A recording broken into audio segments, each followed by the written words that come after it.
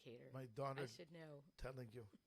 Good morning, everybody. Good to morning. see everybody here today. Even though I was cut out of last week's podcast, Oh, I'm back. I know. I'm back, and I'm not letting them say anything. I'm going to take the Not- whole hour. I'm going to do a soliloquy for 1 hour straight. This is a filibuster. I'm Isn't not that, letting them get a word in edgewise. Don't we just call that a education episode? No, see that? This is the respect you get here for being the senior member of this podcast. Yeah, exactly. Okay, A fine, senior fine. member. No, Well, we missed you. It I'm was sure not the you- same without you. I'm sure you did. Yeah. I'm sure you did. One day when you give up your pulpit for me, then that will be a day I have done that. Barely. You've spoken from the pulpit. Barely. Maybe 3 times. Okay. Not even. 3 times is more than any of the other siblings got. And you sat in front of me like this the whole time, staring at me. Judging. You know what? She's such a liar. She's a revisionist. She revisits, rewrites history. Exactly. Okay. Since I'm the senior spiritual advisor here at this podcast, I want to just let you, both of you, know it's time to get serious. Okay, enough with the frivolity and all of that stuff. This, because we're Rosh Chodesh Elul. Today happens to be not the first day of Elul. It's happening to be the 30th day of the month of Av, but it does usher in the Elul period. And the Elul period, of course, is that 30 days where you get the 30-day notice before your tax bill is up. And that's, of course, on Rosh Hashanah. So we have 30 days to Rosh Hashanah. So it says in the good books that you should take this time to take inventory on your life, see the things that you did well, all of the strengths to keep it going and to push that forward and to keep increasing in all those good things that you're doing, and also to see where we were lacking and those things that we can repair or do better in. And that's like a 30-day period where we can really do some changes, in our daily habits and our daily lives. And it's a good way to go into Rosh Hashanah, so you're not standing there and just asking God to give you a good year, but you haven't actually put any work into it.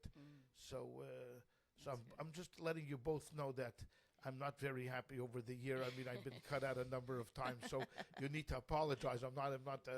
That's it. I'm thinking about The it. end. That's why I'm saying this to you. Yeah. That's why I'm telling you this. So both of you should take inventory and stock in what you're doing here. That's the first thing I'm going to start thinking about. Okay. And contemplating. Is there anything specific you're supposed to read or study during this in period? prayers, we add some special prayers during the morning service. There's chapter 27 in Psalms, L'Davar Hashem Ori, which we say now twice a day, in the morning and the afternoon prayer. Then we, Chabad, also have this custom of saying Psalms at the end of prayers, but then add 3 chapters every day now. And we finish the whole book by Yom Kippur. And then starting tomorrow, the first day of the month of Elul, we start blowing the shofar every day except for Shabbat, just as a reminder. It's like a wake-up call. And then it's just generally good idea. Like, for example, we should add in charity a little bit, as it gets closer to Rosh Hashanah. Also, the works of repentance is always good to learn and to study. Maimonides has a works on repentance. Rabbi Yonah has a work on repentance. And then there's just a number of works on repentance. I know Rav Kook, former chief rabbi of Israel, has a book on repentance. And the Alter Rebbe, of course, in his Tanya, has a whole section about teshuvah, and repentance. And again, the idea is that repentance is not really a good explanation for what teshuvah is. It's not a really good characterization. Really, what teshuvah means comes from the word toshuv, to return, because we all believe that we all come from a wonderful source, but sometimes we drift off, and teshuvah is returning to where we really belong. It's the old expression, we love to look for love in all different places. We'll look for love here, there, everywhere, every ism that comes along, but ultimately the true Jew belongs within Judaism. And that's what teshuvah is, to come home, to allow yourself the freedom to fulfill your destiny as a Jew. So any work that deals with this kind of an ideology, this kind of an idea, is good to read and to study for the next 30 days. I just read something in passing yesterday, and I didn't really do a deep dive in it, but one of the interesting things, and I'm sure we'll do an episode closer to Rosh Hashanah about the high holidays, is that this year Rosh Hashanah falls out on Shabbat, the first day. So we don't blow the shofar on the first day of Rosh Hashanah. And I just saw a headline, and I didn't even read the rest, but apparently the last few years that Rosh Hashanah fell on Shabbat, that we didn't blow the shofar, was the year of October 7th, the year of COVID, and the year of 9/11. All happened on years that we didn't blow the shofar on Shabbat. But were there any other years on Shabbat that nothing happened? I don't know. There has to be But at least one year in 2,000 years. We have to find that one year that Rosh Hashanah came on Shabbat, and the whole year went by was boring. But when I saw that, I was like, oh, God. I mean, we cannot handle another thing that is going to be hard for the Jewish people. So I'm just saying this to say, Jews, get your shit together, okay? And let's really try hard so that we have a good year, because we can't handle too much more. So just let's all, like, I don't know, just do what we're supposed to. No, do what you're supposed to. But we've learned from history. We're very resilient. Yeah, it's true. We bounce back. You know, you could throw a lot of stuff at us. People are throwing stuff at us today, more than in the past little while. You know what? You got to grow thick skin. This is a rough, tumble world. Why we evolved this way, I have no idea. Why we evolved into this that most of us, literally, if you take suffering and you just look at it over your life period, there's so much time in your life that you suffer. And I'm not talking about suffering in the sense of where, like, God forbid you've lost a child. I mean, that can, but just like all of these during the day. I mean, even like I can't find my keys. Yeah. I mean, those 15 minutes is suffering. I mean, where are they? And I blame everybody, and I'm screaming at everybody. And of course, it's my fault, but everybody else is to blame. And then I get into the car, a bird just pooped all over my car. It looks like a horrible car. Now I'm upset at that, and I start driving. Someone cuts me off. I'm upset at that. Half my day already is just in a sense of suffering. I mean, we suffer so much, and why do we have to? I don't know why we evolved as a human race, that suffering is just part of our existence. It's crazy. I'm not talking about real pain where people have, which most of us experience also. Right. Real pain. I mean, you're going to lose your parents. I mean, that's just going to be a fact of life. That one day you are going to be an orphan, and whether you like it or you don't, unless the other option is that you're not going to be an orphan, which is much worse. Which is much worse. But one day you're going to be an orphan. We get that, but that's also painful. That doesn't matter. I mean, your parent could be 97 years old, and I've seen people at funerals 97 crying and weeping and bawling. I never judge them. At their pain, but that's just part of the human experience. Is just this kind of suffering. Yeah. So we Jews have learned that, and we've learned that we embrace it. Not that we don't want it, but if it comes our way, we know how to deal with it. There's going to be some meaning to it. All right. Even in October 7th, I mean, that we've talked about ad nauseam. I mean, we've talked so much about it. From October 7th, so much has been written about it.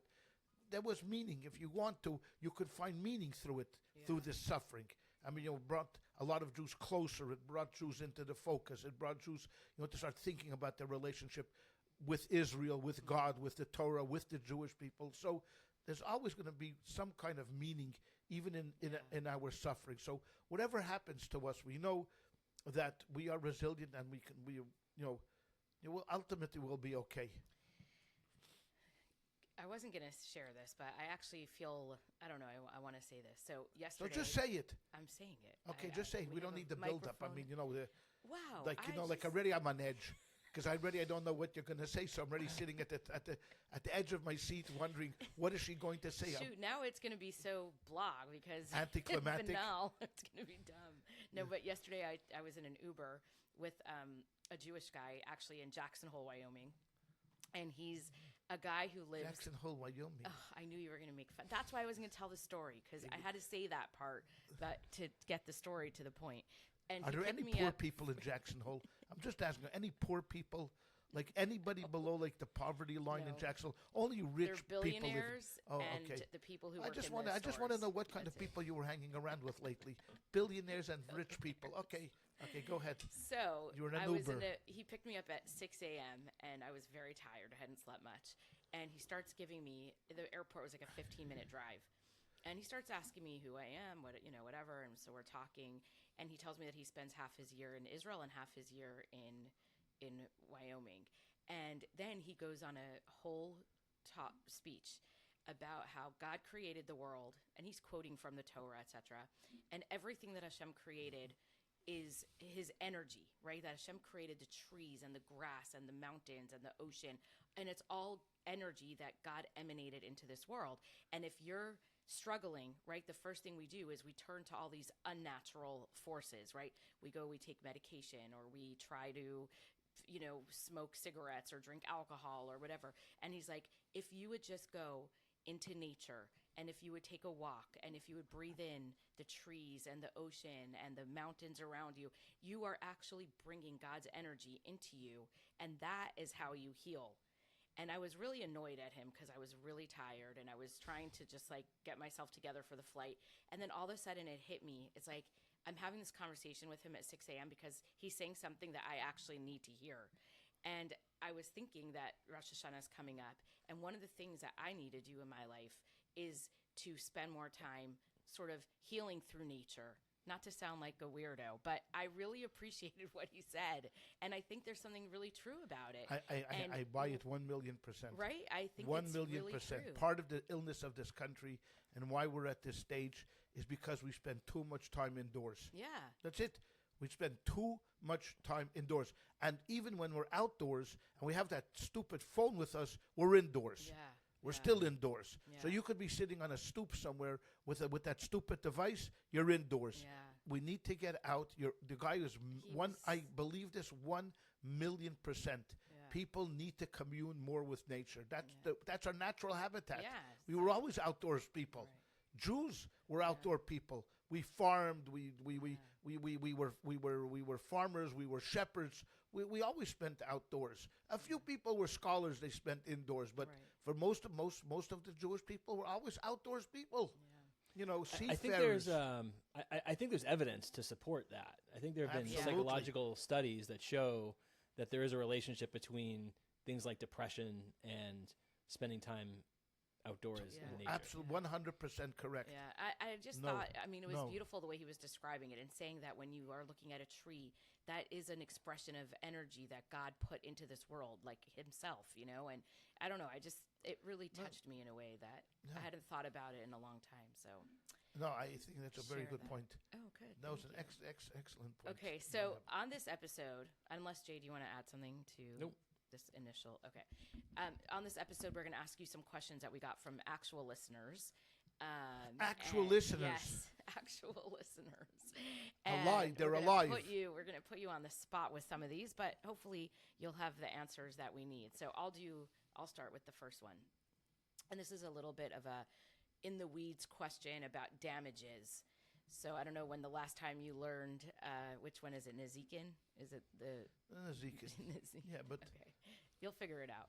So without giving too much detail, a friend who listens, family was in a pretty terrible car accident, and many of the family members were in the car. Not everybody suffered the same degree of injury, but they were awarded a lump sum of money because of the damages that occurred during this car accident.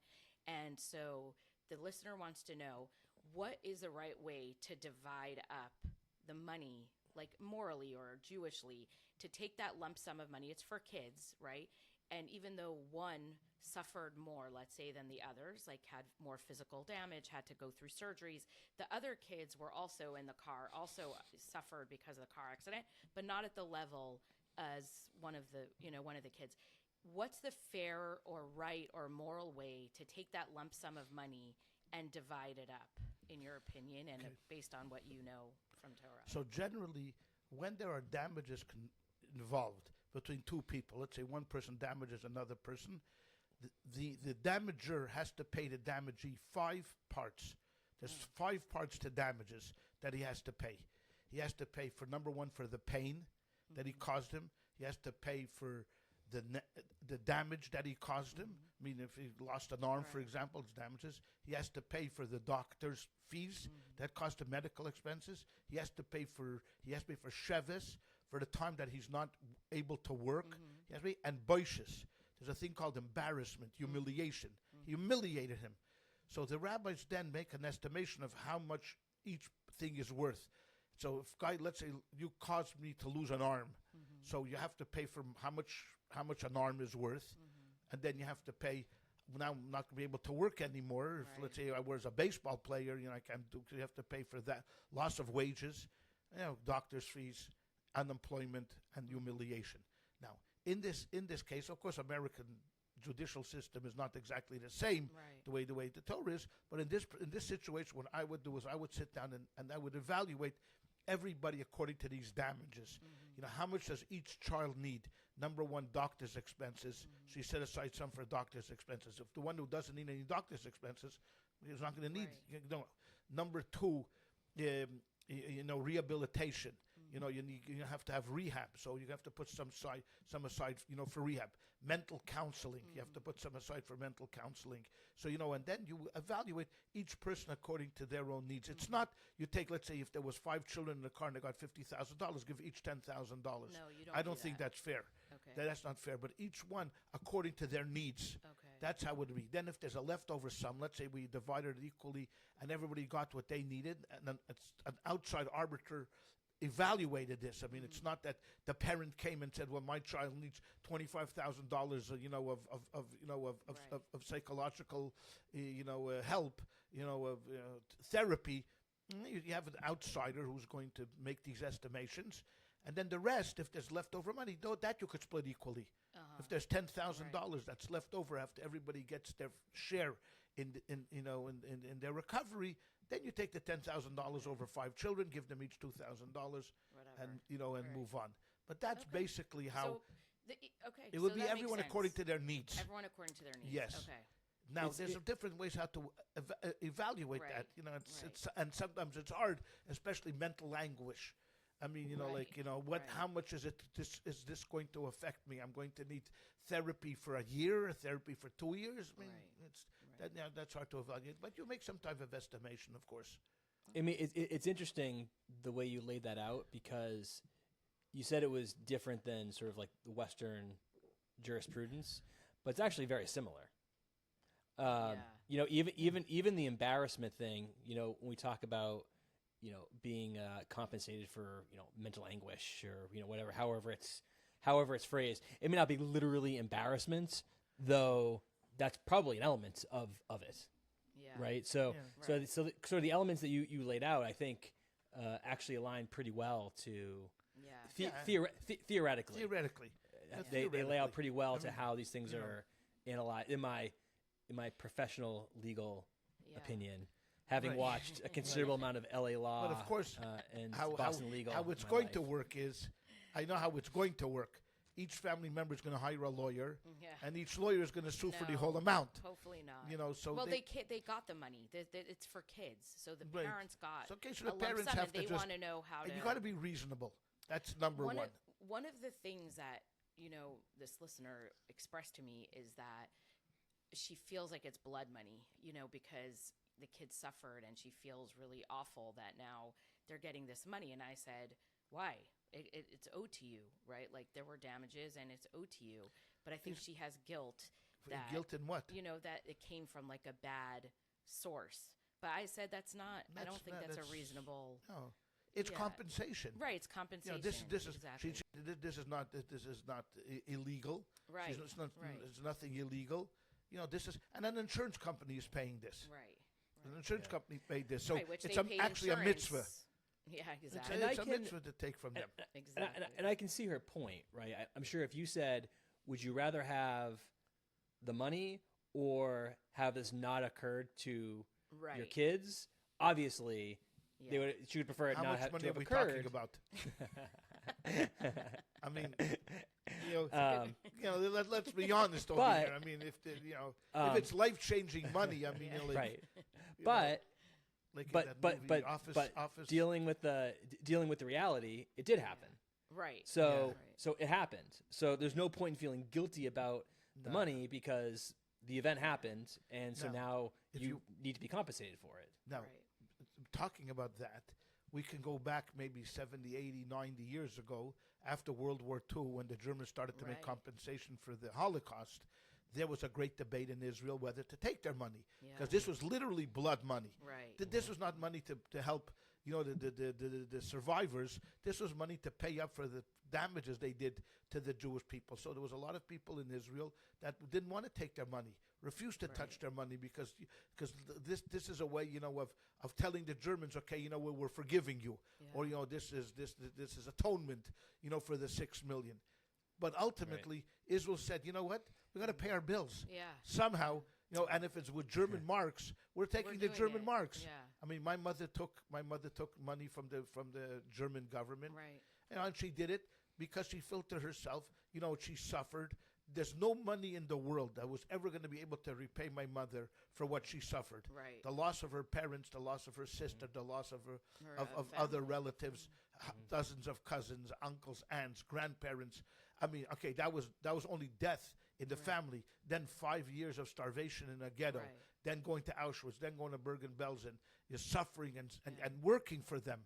I mean, in Auschwitz and Bergen-Belsen, no money is going to compensate for that. But Right. if it help your family, and this is Yeah. something that can do, I so agree. a lot of people took it. But there were people on principle that Who did said not. no. But this is not. This is Yeah, not that's the case different. here with insurance companies here in America. As This is compensation for the suffering that your children have had.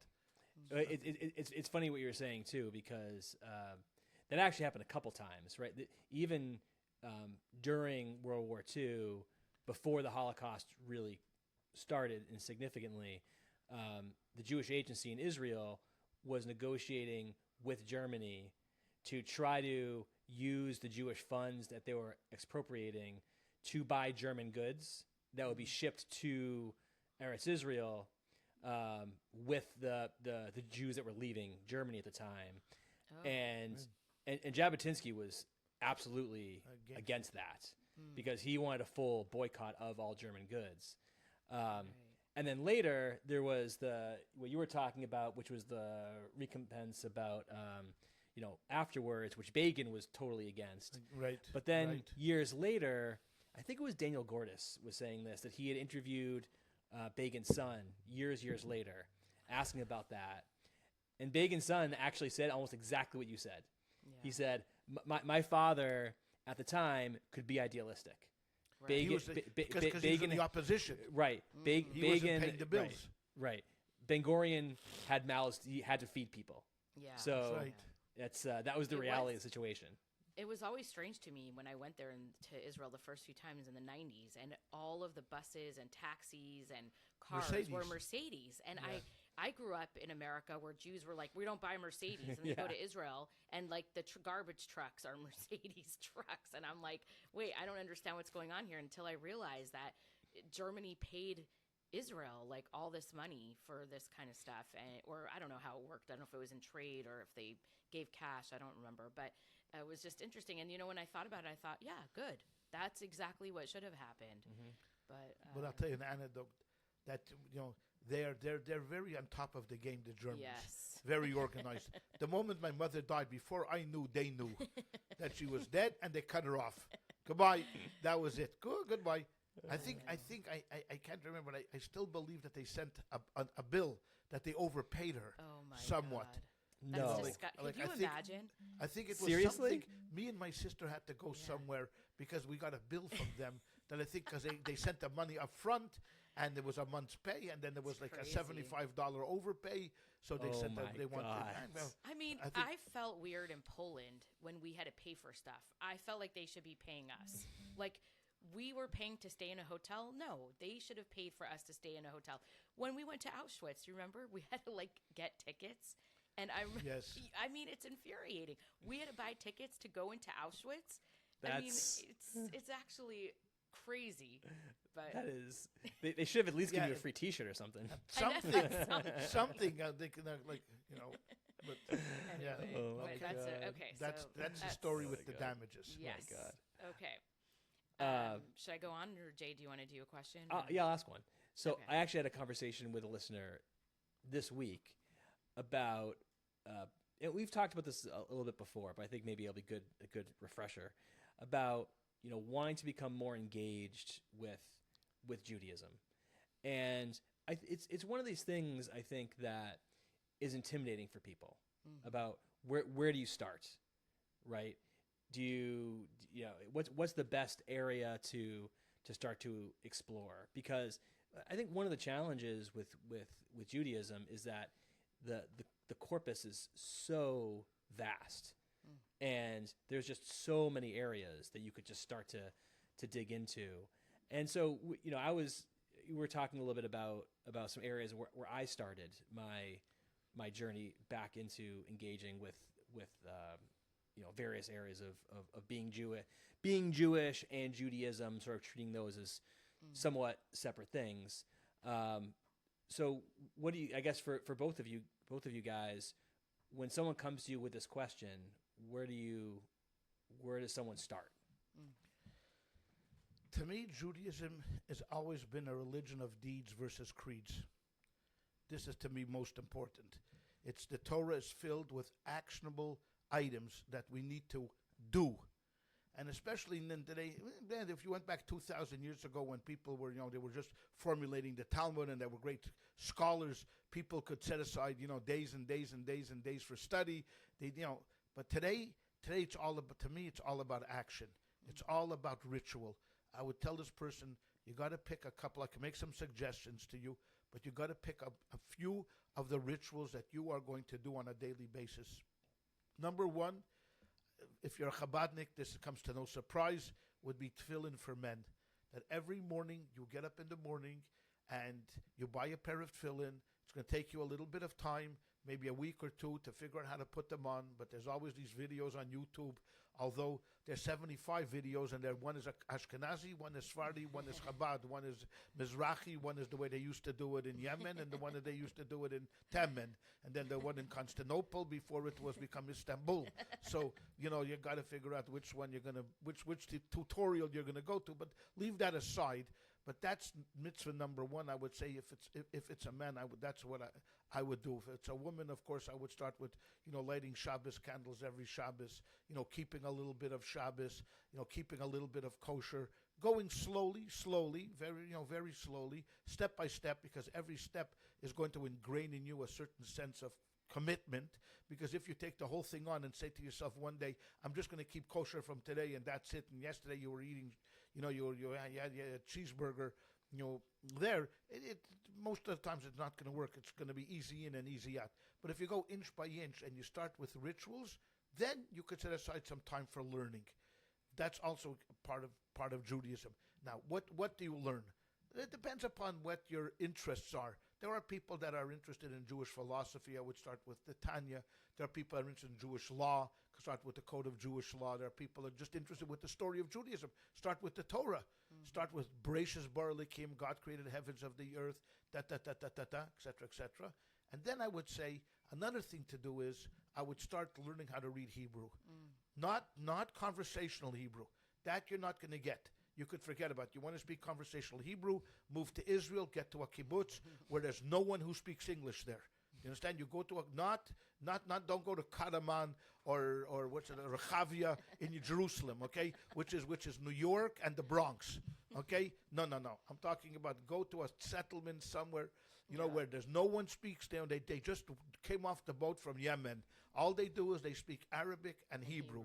And they're going to talk, and you live there for 6 months, you learn conversational Hebrew. But for you here in America, if you're in St. Louis, Missouri, the thing for you to do is to learn how to read Hebrew. Later on, you'll understand the prayers, you get it. But learning how to read Hebrew is very easy. It's not hard. Have to learn how to read Hebrew. 7, 8 lessons, and you'll be an expert in reading Hebrew. And take practice. You're not going to read as fast as I'm going to read, because which I've done since I'm 4. Okay, but you're going to be able to get through the prayer book. Some of the important prayers you do every day. If you start with these rituals, and some that you can contact your local rabbi and he can help you along, and you do the studying and you do the Hebrew reading, I think this is a wonderful gateway into engaging within Judaism. And you will find that the more you do, And the less you procrastinate to say, well, you know what, I'm not really that comfortable keeping kosher because I really need to understand. You're never going to understand. Right. I mean, we could debate from today till the cows come home. You will not understand why God said yes to a halibut and no to catfish. I mean, why? I mean, we can rationalize. Yeah, one has fins and scales and the other doesn't. Oh, that makes a lot of sense. Okay, fine. Okay, that makes Or you can have a steak from a cow, but you can't have baby back ribs. Why? Because one chews its cud and has split hooves, and the other one has split hooves but doesn't chew its cud. So maybe if I sew another stomach in a pig, maybe I could get myself the baby back ribs that I've always wanted. It's on television over there. We can speculate. We can say a pig had trigonosis. We could say a pig is a chazer. We can say, yes, all of those things are absolutely 100% true, and you can rationalize them, and you can say everything. That's not going to get you to keep kosher. What's going to get you to keep kosher, say to yourself, from today on, I'm cutting out anything that has to do with pork. There's no more pork in my life. No pork, no ham, no bacon, none of that. It's out. Forget about it. That's going to get you to keep kosher. Yeah. And then you take the next step. Then no shrimp, and then slowly but surely, and then your house. I mean, so that's why Judaism has always been anchored by deeds. The creeds come later. Then you could go and you could read Maimonides, and you can read other works that talk about, rationalizing the mitzvahs, and you could learn, Jewish philosophy and Jewish and Hasidic philosophy. But the first thing is, I had a teacher in high school, a French teacher, whose name was Mr. Hutchison. Doesn't sound French, and he wasn't French. He was an Englishman, but a tremendous French teacher. And he absolutely insisted we speak French in class. And his saying was, boys, you don't learn how to swim by looking at the girls on the beach. Okay? It may be nice, it may be pleasurable, yes, but you're not going to learn how to swim. You know when you learn how to swim? When you get into the water and you splash around and splash around and splash around, and before you know it, you're a swimmer. So the same thing is true with French. He wouldn't let us speak any English, and thank God we all passed our high school French examinations. And the same thing is true within Judaism. It's nasa, we will do, v'nishma, and then we will listen. Then we're going to start talking about. So that's how I would suggest to the listener, you know what? Take some rituals, start to do them. I'm telling you, they'll be so meaningful to you, especially tefillin. The Rebbe picked tefillin, and everybody asked him, why tefillin? Why not this? The Rebbe said, first of all, tefillin is a guarantee for protection for the Jewish people. Number two, tefillin represents everything in Judaism that is meaningful to us. We subordinate our heart and our minds to the Almighty, and et cetera, et cetera. But it's also this idea that you put it on in the morning, and all of a sudden you're feeling a sense of, like a sense of spirituality, which you haven't felt before, which I think is good. Now you can say, well, so okay, I'm going to leave it with that. I don't want to get into the next thing that I was going to say. We'll leave it for another day. But I would say tefillin, other mitzvahs, kosher, Shabbos, charity. That's to really give a little good. charity. But that's a really good answer. The only thing I would add is just on the learning piece, something I've been thinking a lot about. People, I think, today take a shortcut and start listening to podcasts, watching YouTube videos, which are all excellent and important and very good. And you could learn a lot. And I do that myself. I learn a lot by listening to podcasts and watching YouTube videos. But there's nothing like opening up a text and reading it from the source, on your own, and maybe with some commentaries or with a study partner.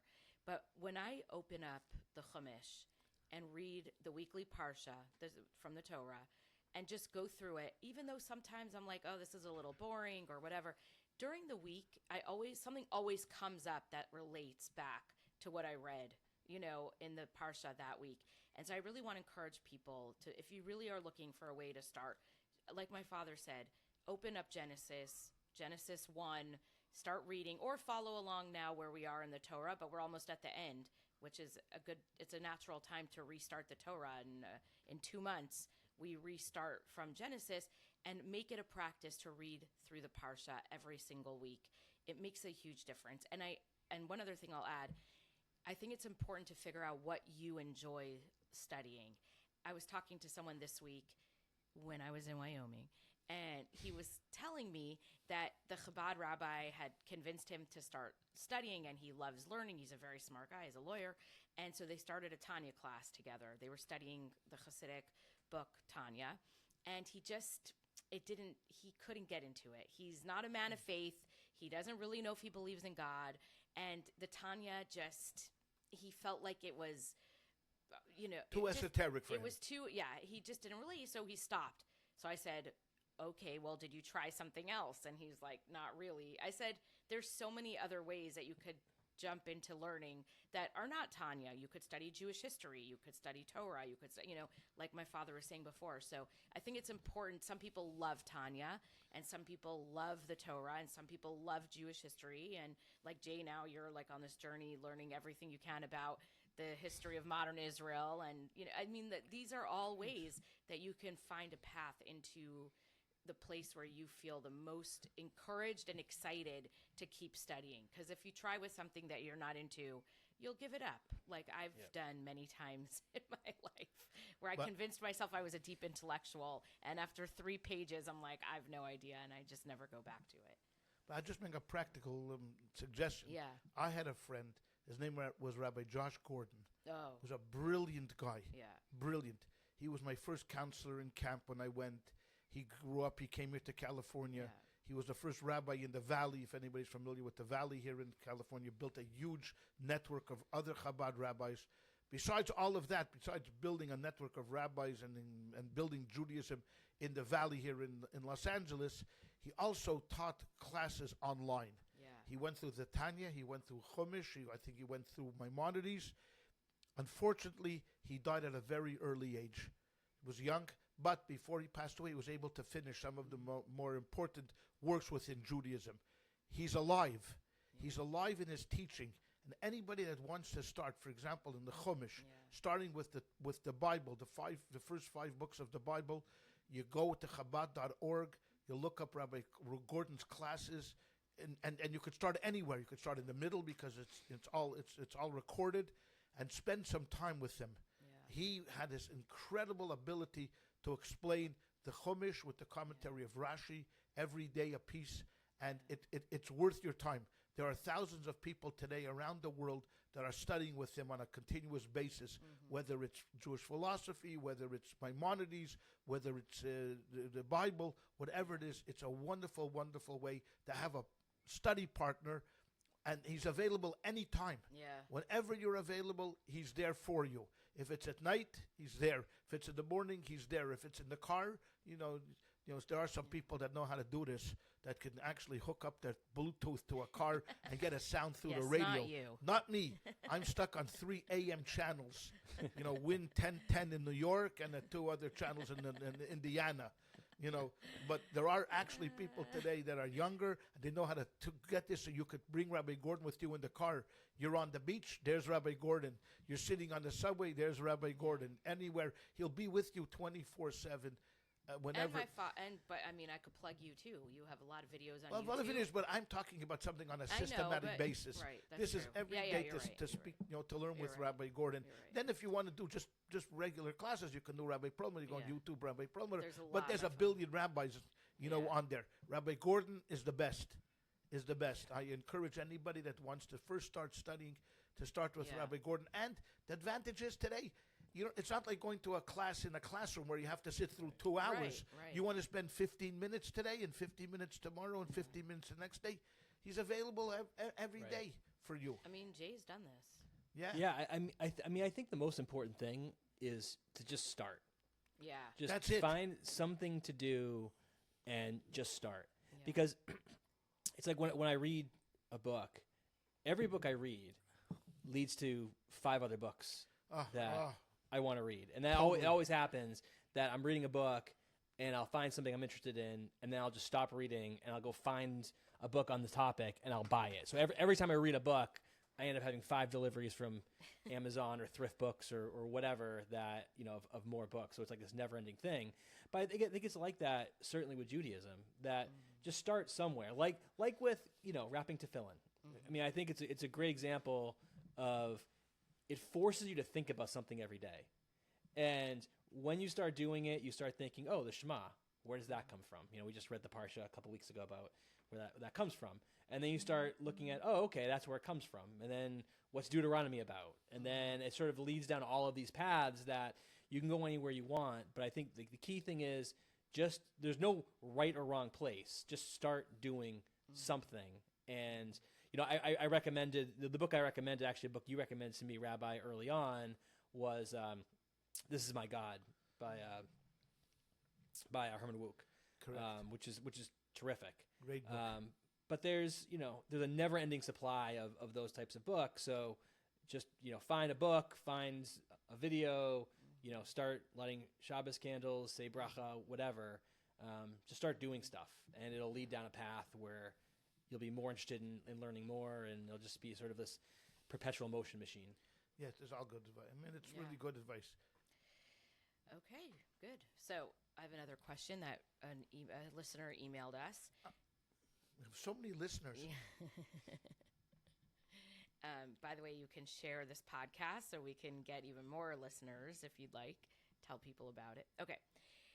A listener expressed a frustration they were at I can't remember all the details. I don't have it in front of me, but at some kind of dinner party or friend's house, and the topic of Israel came up and Zionism, and it became contentious, and she got really upset, and she doesn't know how to deal with these kinds of confrontations with friends and family members, right, where people are saying things that are outrageous or lies or whatever, or subtly anti-Semitic. I think was her, if I remember correctly, I think it was even like an anti-Semitic comment.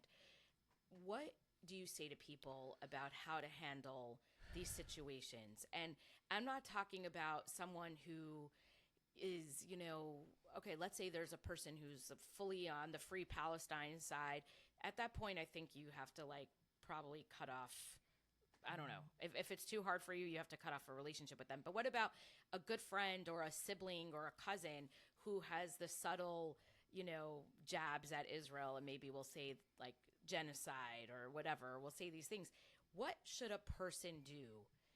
To engage with that person, and I think more importantly, how to keep yourself sane. What do you say to these people? I wouldn't talk to them about this. I mean, right. Unless you're an expert and you know about the history of Zionism and you know about all of the details that are going on over here, and you could defend your position in a very rational, calm manner. Screaming is never going to get you anywhere. Shouting is not going to get you anywhere. You're not going to influence these people. You're not going to change their minds. My suggestion is, number one, this doesn't hurt to educate yourself. Yeah. Learn. Read about the history of Zionism. Read about what happened in 1948. Read about stories about 67 and 73 and all that. Educate yourself on the present political situation in Israel. Understand that criticism of a government of Israel is legitimate. I mean, if someone wants to criticize Bibi Netanyahu, let him criticize Bibi Netanyahu. So he's like anybody else, any other government in the world. So you have to be able to demarcate between things that are legitimate and things which are not legitimate. So there's nothing wrong with educating yourself 100% and doing that. But that said, I would not engage in this conversation. Mm-hmm. Just not interested, because it's not going anywhere. Right. And I would express to the person, number one, if it's subtle anti-Semitism, says that is very offensive to me.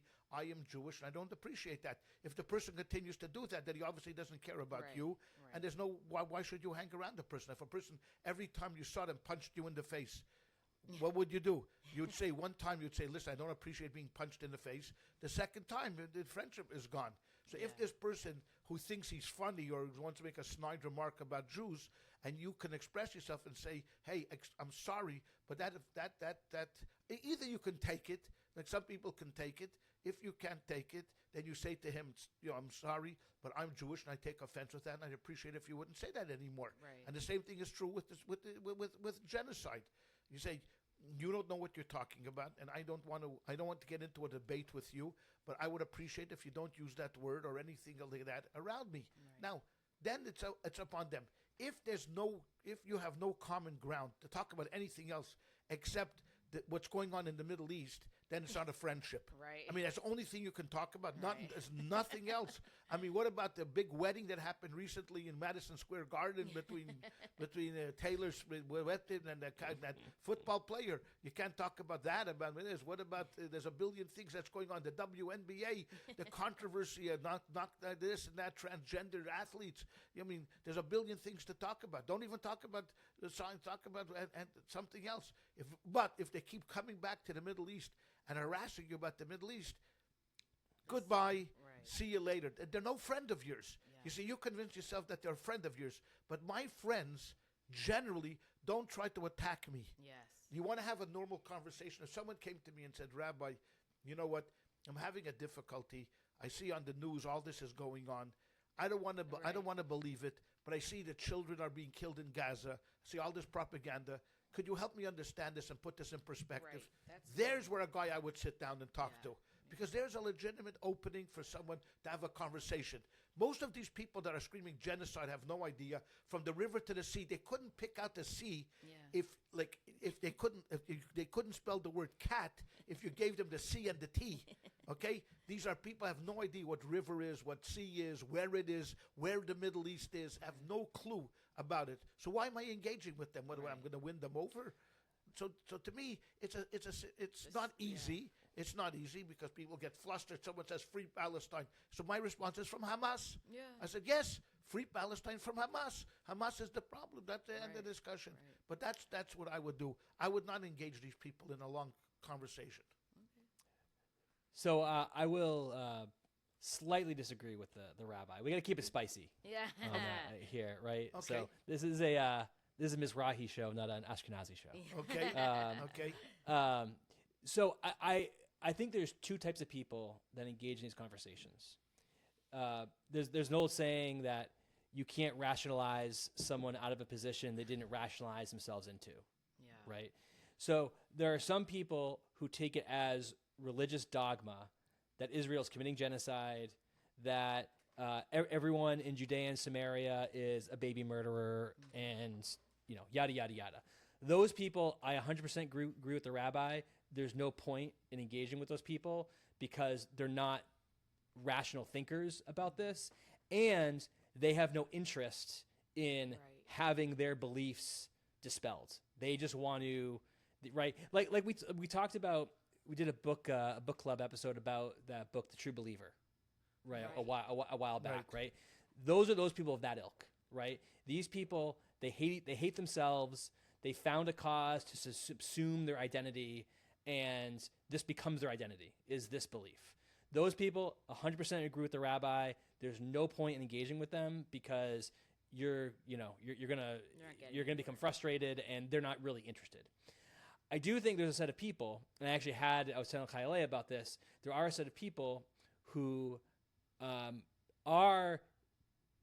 have a set of beliefs that are wrong, but they come to those beliefs because they read the New York Times, because they come to them honestly. They're wrong, but they come to them honestly, but they're convincible.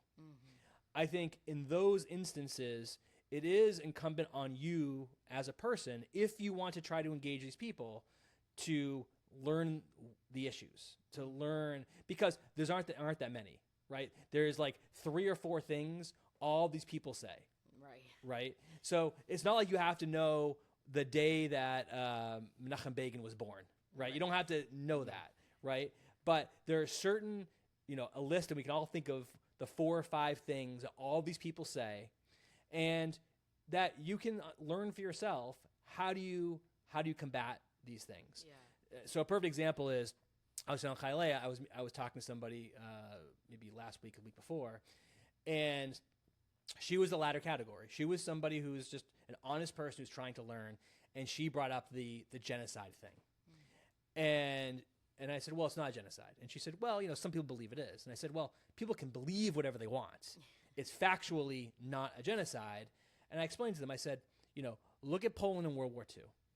There were 3.3 million Jews at the start of the Nazi reign. There were 300,000 afterwards, right? 90% decline of that population is a Holocaust. Yes. You know what isn't a Holocaust? A population increase, right? You don't vaccinate the children of the people you're trying to Holocaust, right? You don't provide massive amounts of food and aid to the people you're trying to Holocaust, right? If you have nuclear weapons, you don't not use them of the people you're trying to genocide, right? And so there's just all of these things, very simple things, right, that you can say, here's why the argument doesn't work. And I think for most of these people that believe these things, this is not their identity, right? They read the New York Times, they listen to NPR or whatever. They have this extraordinarily superficial view of all of these topics. So if you can go 3 inches deep on the topics, it's 2 inches deeper than they can go, right? Yeah. And it might give them a different perspective on these things that maybe will get them to think a little bit more deeply about these beliefs that they have. Yeah. So I think up front, it's important to segment the people out who are convincible and the people who aren't convincible. Yeah. And you don't have to engage with anybody.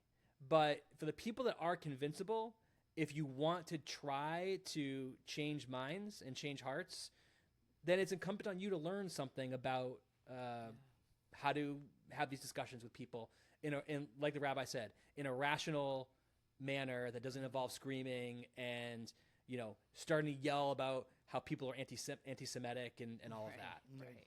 So I don't think we're that far apart. Yeah. No, I agree. I don't think we're that far apart. I was using the example of someone who came to you wants to know, but you're right. There are people that come to it honestly, misguided, wrong, and all of that stuff. And if you feel that you could make a difference within them, by all means. But the key is be educated. Right. Yes. Get yourself educated. Yes. Like Jay says, it's again, you're not starting out with 4 years of political science in university. You don't need a degree in Middle Eastern studies. It's you have to sit down, get to know the facts. There's plenty of works out there. Organizations like Stand By Us here in California produces a lot of literature. Yeah. The Israeli consulate, the Israeli government has online, a lot of these things, and then once you're armed with knowledge, right. then go out there. But I saw a great example of this week. Coleman Hughes, who has a great podcast, if anyone's interested in, interviewed Ro Khanna, who is a terrible, awful congressman in person, a lawyer from California. And he's been going around saying this whole genocide thing. And I saw a clip and I thought, oh my God, that is the perfect way to address this. And Coleman said to him, you're a great admirer of FDR. And Ro Khanna's like nodding his head. Yeah, I'm a great admirer of FDR. So he says, no one calls FDR a genocider because genocide is all about intent. What is the intent of the action? What are you trying to do? That is the legal definition of genocide, right? Is the intent to annihilate a people. No one has said that Roosevelt was genociding the Japanese. They just don't say that. That's not something that the world says, the UN, Human Rights Watch, no one says that. Why? Because it wasn't his intent. His intent was to end the war. He says, so why are you applying this definition differently to Israel than you do to FDR in this country? And guess what? Ro Khanna was he was stuck. He had nowhere to go.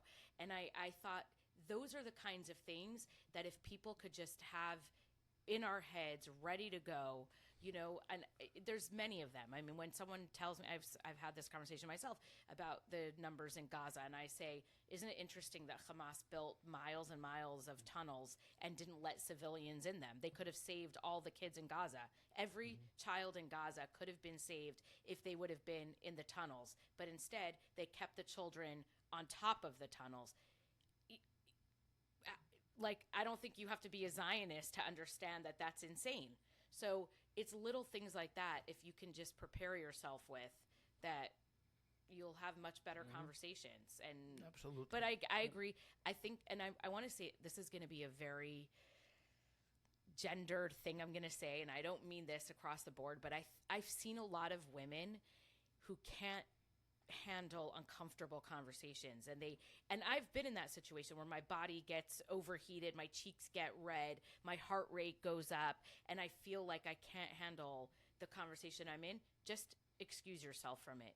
You don't have to be in it. The Jewish people are not relying on you specifically in that moment to like say something brilliant and change the conversation around. Just if you're not feeling well about it, just step away or just disengage, make a joke, change the subject to a movie or whatever, and just stop talking about it. Not everybody's built to argue.